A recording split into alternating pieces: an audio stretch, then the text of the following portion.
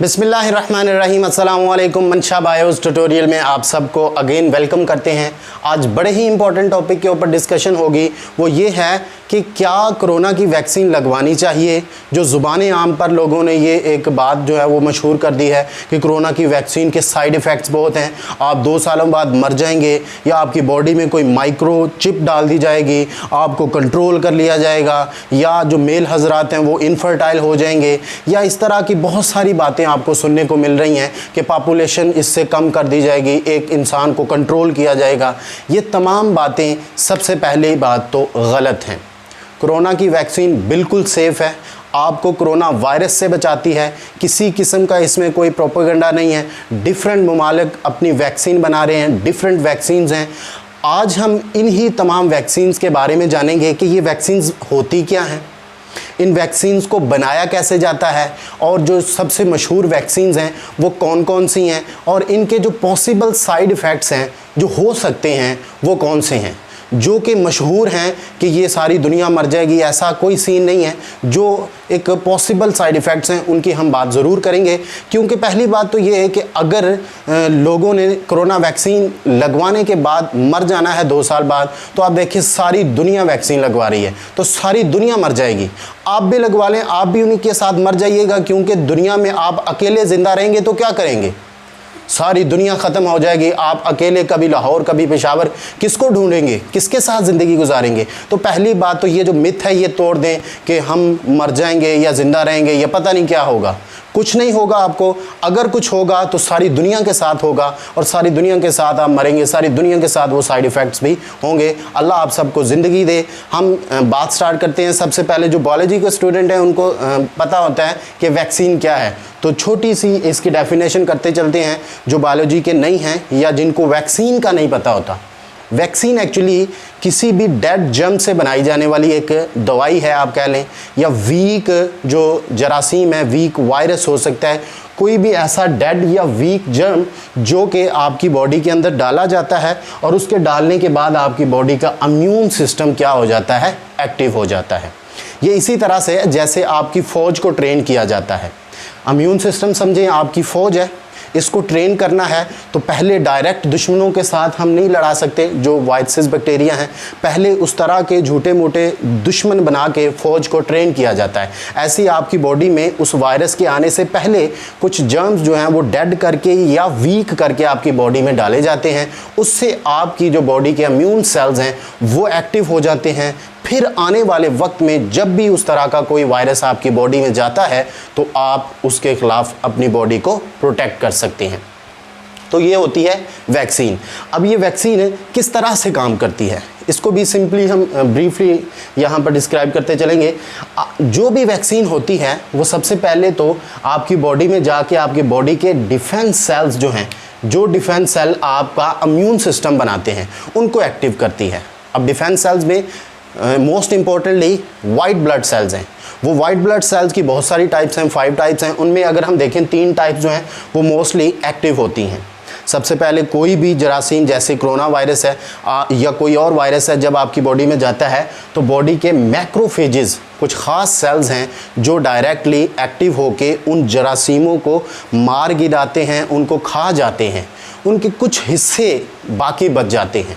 उन कुछ हिस्सों की वजह से जो बचे होते हैं आपकी बॉडी में लिम्फोसाइट की एक ख़ास टाइप एक्टिव होती है जिसे हम कहते हैं बी लिम्फोसाइट।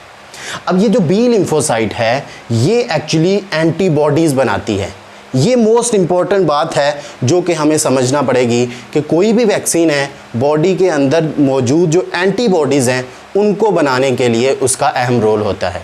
तो जब भी वायरस या जर्म गया, ये बी लिम्फोसाइट ने एंटीबॉडी बनाने हैं, और इन एंटीबॉडीज़ ने फिर उस वायरस के ख़िलाफ़ आपको प्रोटेक्शन देनी है। अब होता क्या है, वैक्सीन लगाने से क्यों आपको देर पा एक तहफ़्फ़ुज़ मिल जाता है, आपको बाद में वो बीमारी नहीं लगती। इसकी रीज़न ये है कि जब आपकी बॉडी में एक बार एंटीबॉडीज़ बन जाते हैं तो ख़ास किस्म के साथ में टी सेल्स भी एक्टिव हो जाते हैं आपकी बॉडी के। उन टी सेल्स की टाइप को हम कहते हैं टी मेमोरी सेल्स। वर्ड से ही आपको पता चल रहा है आपके इम्यून सिस्टम के ऐसे सेल्स जो कि मेमोराइज करते हैं उन जर्म्स को, उनको याद रखते हैं कि ये इस किस्म का वायरस पहले भी हमारी बॉडी में आया था, तो हमने इसके साथ कैसे मुकाबला करना है। तो वो मेमोरी सेल्स क्या करते हैं, रिकॉग्नाइज करते हैं उस तरह के जर्म्स को। लेट्स सपोज हम ये कहते हैं कि एक वैक्सीन किसी की बॉडी में गई है, तो वो उस तरह का जरासीम जो है डेड करके हमने डाला है, बाद में वही जो जरासीम एक्टिव आपके बॉडी में आएगा, तो बॉडी के जो इंटरनल सिपाही हैं, जो एंटीबॉडीज़ हैं, वो पहले से एक्टिव होंगे।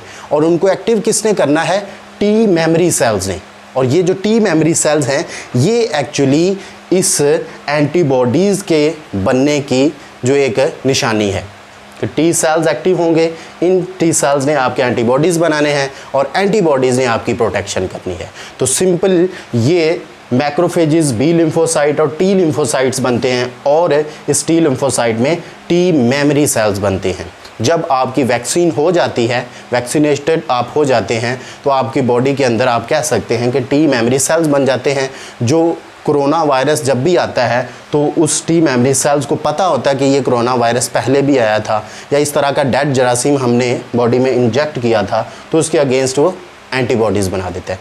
अब हम बात करते हैं कि जो वैक्सीन है वो किस तरह की होती है, कितनी टाइप्स की होती है, या फिर आप कह लें किस तरह से बनाई जाती है। तो इसको मेजरली जो बनाने के तरीके हैं वो 2-3 तरीके सबसे ज़्यादा इम्पॉर्टेंट है। एक है messenger RNA vaccine. Messenger RNA vaccine में क्या होता है, हम कोरोना वैक्सीन में से मैसेंजर आरएनए को इंजेक्ट करते हैं, निकालते हैं, और वो मैसेंजर आरएनए फिर किसी पेशेंट की बॉडी में या किसी पर्सन की बॉडी में जब इंटर किया जाता है, तो उस मैसेंजर आरएनए की सूरत में आपकी बॉडी जो है ये टी मेमोरी सेल्स बना देती है, और टी मेमोरी सेल्स आगे फिर क्या बना देती है, एंटीबॉडीज़। तो ये जो बहुत सारी वैक्सीन्स ऐसी हैं जो कि मैसेंजर आरएनए वैक्सीन्स हैं, यानी कि कोरोना वायरस के मैसेंजर आरएनए से बनाई जाती हैं। और कुछ ऐसी भी हैं जो प्रोटीन सब यूनिट से बनती हैं, यानी कि कोरोना वायरस जो है उस वायरस में से प्रोटीन को निकाला जाता है, उसको हार्मलेस बनाया जाता है, ख़तरनाक जो उसका एक इफ़ेक्ट है उसे ख़त्म किया जाता है, कम ख़तरनाक सब्जेक्ट जो मटेरियल में चेंज किया जाता है, और ये प्रोटीन फिर उस पर्सन की बॉडी में डाला जाता है एज अ वैक्सीन। तो जब पर्सन की बॉडी में एज अ वैक्सीन ये प्रोटीन सब यूनिट जाएगा, क्योंकि ये ख़तरनाक नहीं है, तो ये क्या करेगा, आपकी बॉडी के टी मेमोरी सेल्स को एक्टिव करेगा, आपकी बॉडी में एंटीबॉडीज़ की प्रोडक्शन को इन्हांस कर देगा। ये एंटीबॉडीज़ फिर खुद ही जब भी कभी कोरोना वायरस आपकी बॉडी में लाइव ज़िंदा एक्टिव जो होगा वो आएगा, ये खुद ही उनके साथ मुकाबला कर लेगा, क्योंकि ये सिपाही पहले से ही तैयार हैं उस किस्म के वायरस के साथ लड़ने के लिए, क्योंकि हमने यहाँ पर इसको ट्रेन कर दिया। इसी तरह से वेक्टर वायरस में क्या किया जाता है, वायरसेस को मॉडिफाई किया जाता है। कोरोना वायरस का मटेरियल लेके डिफरेंट वायरसेस के साथ मिला के उसे मॉडिफाई फॉर्म में आपकी बॉडी में इंजेक्ट किया जाता है, और वो फिर बॉडी क्या बनाती है उसके अगेंस्ट, वही एंटीबॉडीज़। और ये सारे जो वैक्सीन्स हैं, जैसे एडिनो वायरस है, वेक्टर वायरस है, प्रोटीन सब यूनिट वैक्सीन जो है ये बनाई जाती है, ये मैसेंजर आरएनए वैक्सीन बनाई जाती है। ये यहाँ पर हमने वेक्टर वायरस वैक्सीन लिखना था। ये वेक्टर वायरस वैक्सीन जो है ये मॉडिफाइड फॉर्म में वायरसेस को हम निकाल के इंजेक्ट करते हैं किसी भी पर्सन की बॉडी में एज अ वैक्सीन। ये सारी की सारी वैक्सीन्स एक्चुअली एंटीबॉडीज़ बनाती हैं, इसका कोई और साइड इफ़ेक्ट नहीं है। आपकी बॉडी में जाके इसने आपके बॉडी के सिपाहियों को जगाना है। तो इस चीज़ से आप मतलब दस्तबरदार हो जाएं कि आपकी बॉडी में कुछ ऐसे माइक्रोचिप्स डाल दी जाएंगी, आप मर जाएंगे, या कुछ ऐसा सीन होगा। ऐसा कोई सीन नहीं है, जस्ट आपके एंटीबॉडीज़ या आपके वाइट ब्लड सेल्स को एक्टिव करने का ये सारा काम है। अब हमने देखना है जो पॉसिबल साइड इफ़ेक्ट्स हैं वो कौन से हो सकते हैं।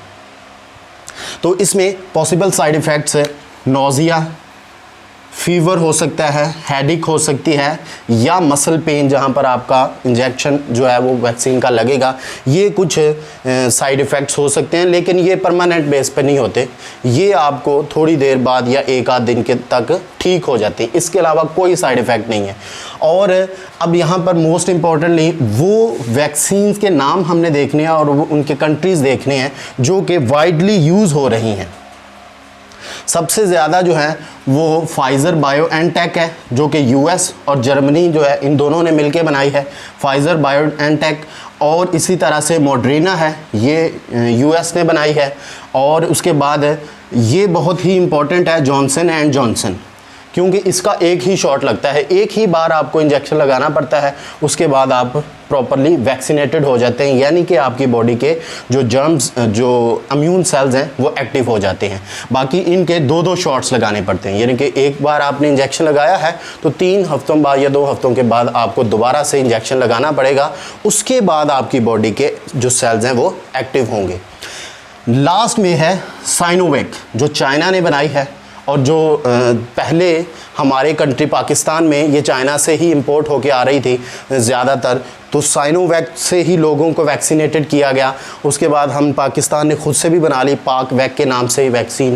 तो इसी तरह से ये तमाम वैक्सीन्स जो हैं ये सिर्फ़ और सिर्फ क्या करती हैं, आपके एंटीबॉडीज़ बनाती हैं, आपके इम्यून सेल्स बनाती हैं, टी मेमोरी सेल्स बनाती हैं। आपकी बॉडी में कभी भी बाद में उस तरह का जरासीम आ जाए तो आपकी बॉडी को उसके साइड इफ़ेक्ट से बचाती हैं। इसके अलावा कोई इसका साइड इफ़ेक्ट नहीं है, इसके अलावा कोई आपको 2 साल बाद मौत नहीं आने वाली, कोई आपके ऐसा कोई चक्कर नहीं है, ये सब प्रोपोगंडेज हैं। आपने इसके ऊपर यकीन करना है तो डेफ़िनेटली वहम का कोई इलाज नहीं होता। बाकी अगर सबको नुकसान होगा तो डेफ़िनेटली पूरी दुनिया के अंदर ये नुकसान जाएगा, तो आप भी पूरी दुनिया का हिस्सा हैं। आप अकेले ज़िंदा रह के क्या करेंगे? तो वैक्सीनेटेड हो जाएं, सबको बचाएं, अपनी फैमिली को बचाएं और इस कोरोना वायरस से जान छुड़वाएं। अल्लाह हाफिज़।